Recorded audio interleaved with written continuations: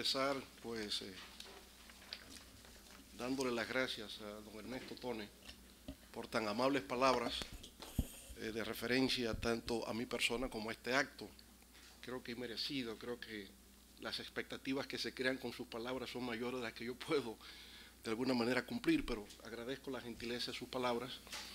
De igual forma, quiero externar nuestro reconocimiento a la embajadora Laura Faxas, a Michelle Viaborca y a Ernesto por ser los organizadores de este tercer encuentro en Santo Domingo, como parte de la cátedra de estudios globales de la Maison des Sciences de l'Homme. Ya se ha sido sistemático en este esfuerzo y muy importante para nosotros en la República Dominicana y en América Latina que podamos tener este espacio de reflexión compartiendo con intelectuales franceses, intelectuales europeos y un núcleo de pensadores intelectuales también de América Latina. En este caso vienen de Brasil, de Colombia, de Argentina, de Bolivia, ¿verdad? De México, de Chile, en fin, de una diversidad de países de la región, lo cual nos permite enriquecer, ¿no?, nuestras perspectivas acerca de lo que ocurre en América Latina y el Caribe y, digamos, cómo la región se inserta en este fenómeno de la globalización. En este tercer encuentro el nombre es muy claro, ¿no? Es la inserción de América Latina en una globalización, pero en una globalización en crisis. En este encuentro establecimos de antemano el diagnóstico de que la globalización está en crisis. Y en su intervención más reciente, Rolando preguntaba, le llamaba la atención cómo en esta periodización de la globalización que se ha hecho, lo hacía José Luis en su intervención hoy, esta última fase de globalización ha entrado en crisis de manera tan temprana, porque si le ponemos acta de nacimiento, ¿no?, a esta nueva fase de la globalización, esta se inicia en la posguerra fría. O sea, estamos hablando de una globalización que prácticamente inicia en los años 90, y que se ve complementada en esa década de los 90 también por la revolución científico-tecnológico-digital, que es el elemento complementario a esta globalización entendida como integración y contracción de tiempo y espacio, como lo ha definido Ernesto.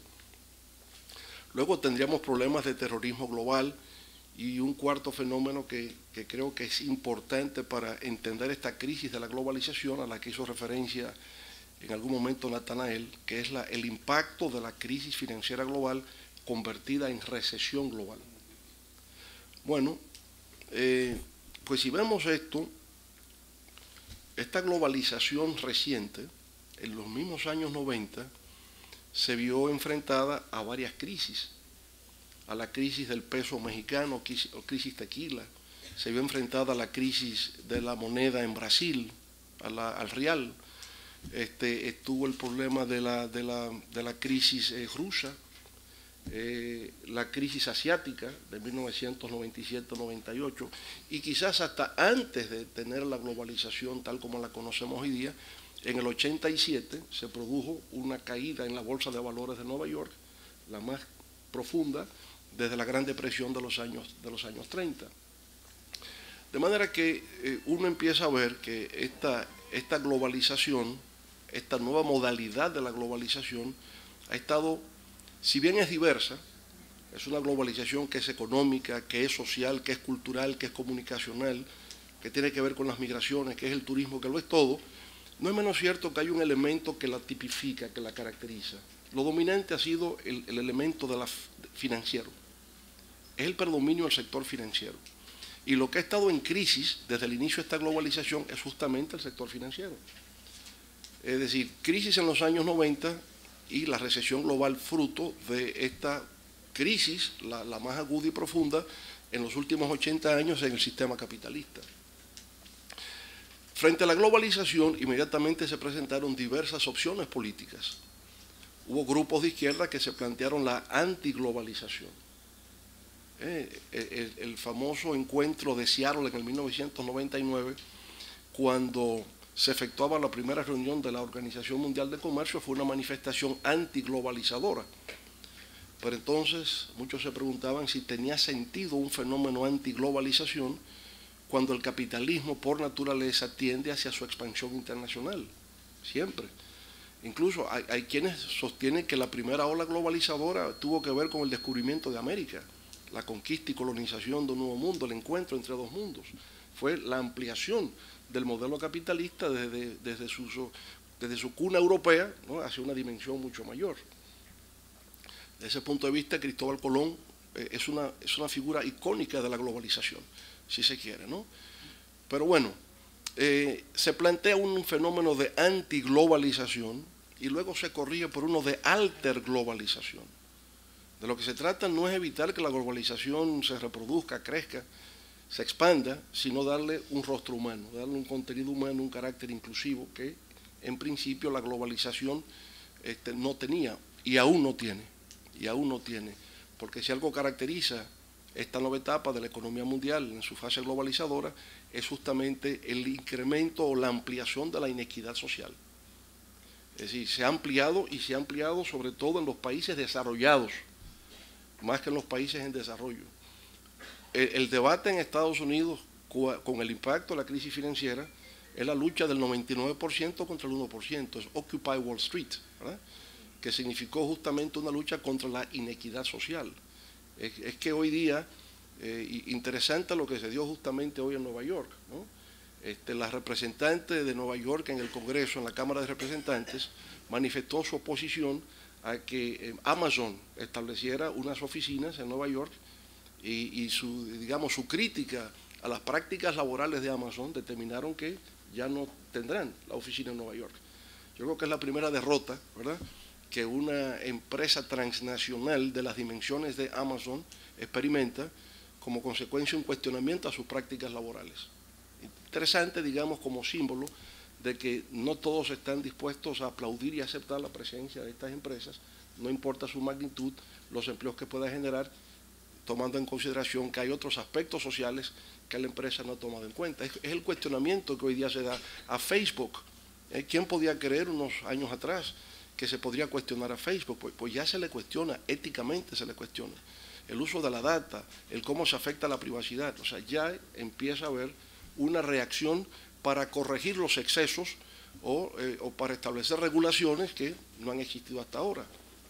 Cuando se habla de Internet, por ejemplo, todo el mundo lo ve desde la óptica de la libertad de expresión. Y qué bien, yo creo que es el punto de partida. Pero la libertad de expresión, como toda libertad, tiene límites y esos límites están regulados. Entonces, a través de la Internet se cometen delitos. Hay delitos ciberespaciales. Pero esto todavía no ha sido debidamente configurado, porque tenemos dificultades técnicas de competencia, de jurisdicción. ¿Dónde se inicia el delito? ¿Dónde tiene el impacto? ¿Qué tribunal podría conocerlo? ¿Cómo se incoa la demanda? Hay problemas todavía de orden técnico-jurídico que no están claros, pero es evidente que si establecemos límites a la libertad de expresión en el marco de lo nacional, ¿cómo no puede haberlo en el marco del ciberespacio? Entonces, porque hay lo que llaman el dark net, ¿no?, el net oscuro, esa parte oscura donde vemos a Daesh exhibiendo la cabeza de una persona secuestrada y le cortan la cabeza y la exhiben por los medios, y eso no está prohibido en aras de la libertad de expresión, y sin embargo viola todos los principios de humanidad. Bueno, entonces tenemos que hubo una reacción antiglobalizadora, una reacción alterglobalizadora, y ahora con la llegada de Trump y con el Brexit en el Reino Unido, lo que parece ser es que estamos en el inicio de una desglobalización. Ahora, ¿qué significaría desglobalización? Bueno, significaría lo que hemos discutido en este encuentro, en este coloquio, un retorno, ¿verdad?, al proteccionismo, un retorno al nacionalismo, un retorno al onshore, o sea, si hemos tenido cadenas globales de valor y con eso la empresa automotriz en México se ha beneficiado y la producción de partes para los automóviles, bueno, Estados Unidos quiere que eso retorne a Detroit. Y entonces, bueno, se busca la manera de que efectivamente se creen una negociación en el marco del acuerdo de libre comercio para que esas empresas retornen a su lugar de origen. No creo que esto sea posible ya. No creo que eso sea posible, que se vuelva a una fase en que el mecanismo de fragmentación del sistema de producción a escala internacional vuelva a producción nacional. Eso no es posible. Es decir, porque también es el mismo capital norteamericano o el capital transnacional europeo que está en distintas partes del mundo y que busca reducción de costos laborales sobre la base de las cadenas globales de valor. Así es como ha funcionado el sistema. Yo creo que esto puede estar en peligro a futuro como consecuencia de la revolución tecnológica, al revés. Yo creo que la robotización y la automatización podría generar que ya no tenga sentido tener empresas fuera del territorio, porque lo que lo generaba, que es reducción de costos laborales, con la automatización y la robotización se reduciría aún más. O sea que el fenómeno estaría más bien amenazado por otra vía, más que propiamente por decisiones de tipo ideológico-políticas como el nacionalismo y el proteccionismo. Pero de que definitivamente el Trump y el Brexit son expresiones hoy día de un intento de desglobalización, no cabe dudas. La pregunta sería, ¿cómo se llegó ahí? Hemos hablado del impacto de las migraciones, del tema del empleo, temas raciales, cómo afecta la migración, que si los polacos llegan a Gran Bretaña, etc. Yo pienso que el fenómeno fundamental de los tiempos modernos, no el elemento exclusivo, pero sí el fundamental, es relativo a la crisis financiera global y la respuesta frente a la crisis financiera global. Porque las élites internacionales no reaccionaron de manera uniforme frente a esa crisis financiera global. En el marco del G20, que se activa como cumbre de jefes de Estado y de Gobierno como resultado de la crisis, nunca llega a ponerse de acuerdo sobre cómo enfrentarla. En Europa se aplican políticas de austeridad. En Estados Unidos, políticas de expansión monetaria. Las políticas de austeridad en Europa, en medio de una recesión, aplicar políticas de austeridad no parece cosa inteligente. Al menos que haya intereses muy fuertes, que efectivamente eran los intereses del sector financiero alemán. Los alemanes impusieron las políticas de austeridad en Europa. Pero esas políticas de austeridad generaron un gran descontento social. Las protestas callejeras continuamente. España es un ejemplo importantísimo del movimiento de los indignados, se habló aquí ayer, se pasó a Podemos y se pasó a Ciudadanos, ¿verdad? Podemos no habría existido en España si no es como resultado de las políticas de austeridad. Pero Grecia, a pesar, digamos, hay un elemento adicional de un endeudamiento crónico y una irresponsabilidad política, pero las protestas en Grecia se dieron en el marco de la aplicación de políticas de austeridad. Mirando el mapa electoral europeo, desde el 2009 hasta el 2017, con excepción de Angela Merkel en Alemania, todo el que estuvo en el gobierno perdió las elecciones. Si estaban los socialdemócratas en el poder, llegaba a la derecha. Si estaba a la derecha, ganaba el centro, ganaba la izquierda. Pero hay una reconfiguración del mapa político electoral europeo que es realmente impresionante. Cómo la crisis está insertada en los ciclos políticos electorales. Totalmente. ¿Verdad? Todavía Europa está en un proceso de recuperación. Todavía la crisis está en Europa. Una década completa creciendo cero. Y cuando empieza a recuperarse, ahora el Fondo Monetario Internacional y el Banco Mundial, lo recordaba ayer José Luis en su intervención, ya marca hacia la baja de nuevo. Y está pronosticando para el 2020 crecimiento mediocre de 1,5%. Entonces, en esta etapa de la globalización, lo que estamos viendo es crisis recurrentes, crisis que no han logrado resolverse. Ya algo parecido ocurría en la globalización anterior, la del 1870 al 1914, la que empieza en esa segunda mitad del siglo XIX y termina con la Primera Guerra Mundial, y que termina con la Gran Depresión que da origen al fascismo y a otras formas autoritarias de expresión política. Entonces, en la fase actual es una crisis de la cual no logra salirse. En Estados Unidos se aplican las políticas, decía, de expansión monetaria, se logra controlar el crecimiento y la estabilidad durante 10 años. Cuando Europa crece cero, Estados Unidos crece un 2% promedio anual. Pero su deuda crece. Y la deuda norteamericana, porque es una deuda de 85.000 millones de dólares mensuales que se están colocando por el Tesoro norteamericano para evitar el colapso de la economía. Ahora, eso ha generado un incremento de la deuda en Estados Unidos equivalente al 125% del PIB, José Luis. Y ese 125% del PIB equivale a 23 trillones de dólares, que es la deuda americana. Pero la deuda china, lo vimos ayer, 250% del PIB equivale a 33 trillones de dólares. De manera que las dos principales economías del mundo hoy día están en una situación de endeudamiento de tal magnitud que si ocurriese otra crisis como la del 2008, no habría recursos para el rescate del sistema financiero y por consiguiente generar estabilidad económica, política y social a las sociedades. O sea, nunca antes como ahora la situación ha sido tan peligrosa como la que se tiene. Y entonces, estas dos economías, pero es toda Europa y es toda Asia. Japón tiene una deuda de 250% del PIB. Italia 250% del PIB. Es decir, hay un problema hoy en la economía global de altos niveles de endeudamiento cuando al mismo tiempo el sistema financiero global dispone de unos activos financieros como nunca antes se ha conocido en la historia, de 70 trillones de dólares, equivalente 700 trillones de dólares, 700 trillones de dólares, equivalentes a 10 veces el producto del planeta. Y resulta que esos activos financieros no se invierten en áreas productivas de la economía. Ahí volvemos a la economía de casino.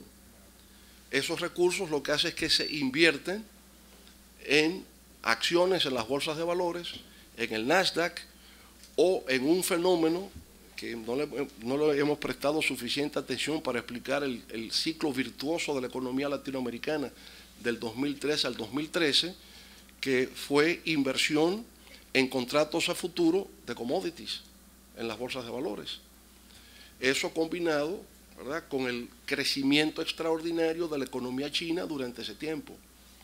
Entonces, ¿qué ha ocurrido? Y aquí, Luis Manuel, quizás está el enfoque sobre cómo la crisis financiera, la recesión global, terminó impactando a América Latina y parte de los problemas que tenemos hoy día. Es cierto que América Latina inicialmente no fue impactado por la crisis, porque no hubo un solo banco latinoamericano que quebrara. No se registra que un banco quebrara. Fuimos afectados más bien por la vía del comercio exterior. Hubo reducción de exportaciones, reducción de importaciones, disminución de ingresos fiscales, bajo crecimiento y por consiguiente baja inversión pública. Este fenómeno se nos dio en principio. Pero en América del Sur hay un fenómeno, digamos, que explica un poco su situación actual. Es una economía que se fue haciendo cada vez más dependiente de la exportación de commodities a China.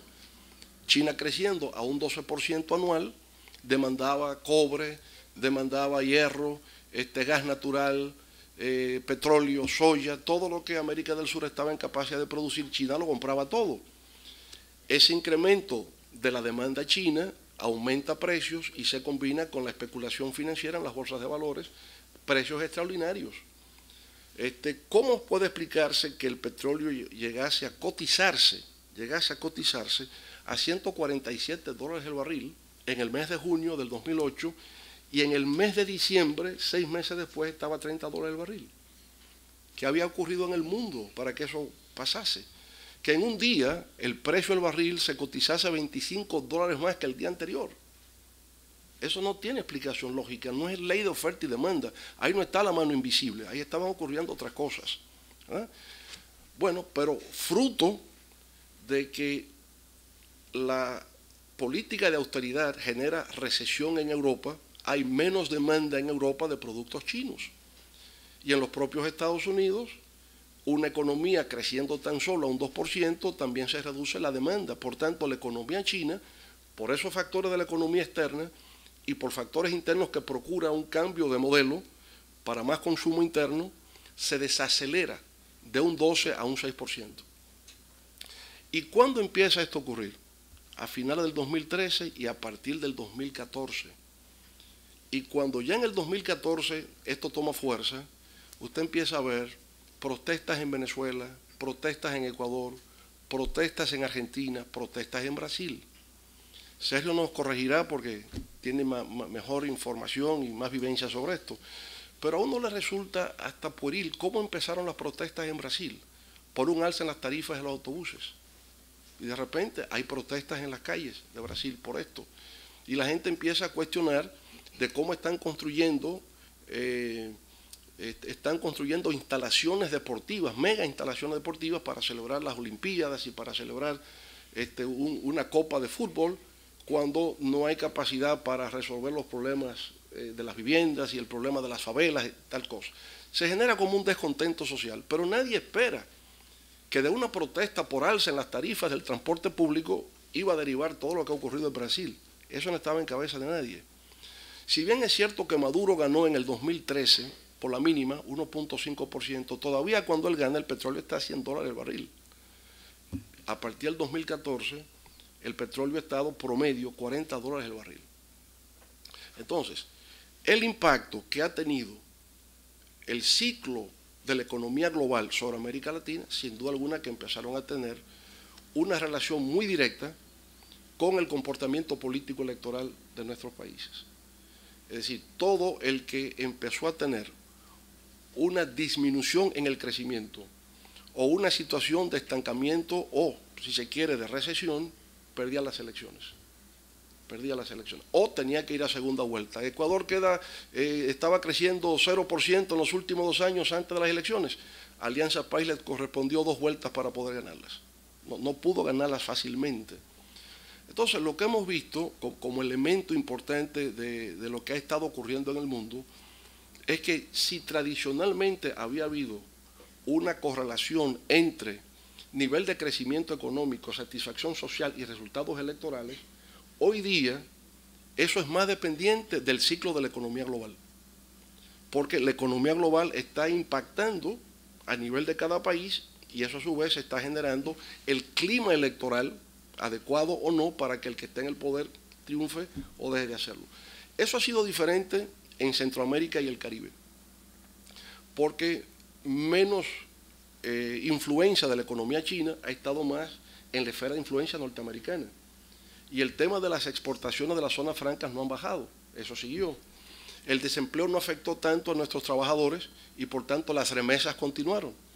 En República Dominicana las remesas nunca fueron afectadas, pero tampoco lo fueron, en México no fue eso tan sensible con las remesas, más o menos se mantuvo. Entonces, tenemos en América Latina 2 áreas, Centroamérica y el Caribe, bajo influencia de la economía norteamericana, donde la política siguió siendo más o menos estable, mientras que en América del Sur, bajo la influencia de la economía china, con una desaceleración brusca, disminución de demanda, cae el crecimiento económico, se genera el descontento social y tenemos lo que se ha presentado. El caso de Venezuela es el caso más extremo de un país que virtualmente ha colapsado, ¿verdad? Y que se aplican entonces medidas inadecuadas para enfrentar la crisis, porque si ha colapsado, si hay estancamiento, si hay escasez, eso no se podía resolver con emisión monetaria inorgánica, porque la emisión monetaria inorgánica le ha generado entonces el otro elemento que es la hiperinflación. Entonces tienen estancamiento con hiperinflación, escasez, todos los problemas juntos, y entonces, ¿cómo se sostiene usted en el poder cuando tiene ese conjunto de males encima, la insatisfacción social, la protesta callejera masificada? Ese es, digamos, el caso extremo de gobernabilidad que se tiene en Venezuela. Bueno, entonces, ver el tema de una globalización en crisis y cómo esto afecta a América Latina, nos damos cuenta de la enorme relevancia que esto tiene, porque una globalización en crisis sí que nos afecta, y afecta a la democracia, afecta a los ciclos políticos electorales, afecta al comportamiento social, afecta a la estabilidad si hay una crisis de la globalización, y por lo tanto yo creo que es un tema muy importante que hemos escogido para esta reflexión. Quizás hace falta trabajar más en detalle las estadísticas, trabajar más en concreto casos nacionales, casos particulares, pero la gran lección que podemos extraer es justamente la correlación que existe entre los ciclos de la economía global y los ciclos electorales de América Latina como forma de estabilidad democrática. Hay muchos otros temas que se nos quedan en el tintero, pero me parece como que el aire no está funcionando y que estamos entrando en un calor tropical caribeño, ¿verdad? Y que entonces es tiempo de que yo les dé las gracias por su asistencia y por su participación. Muchas gracias a todos ustedes.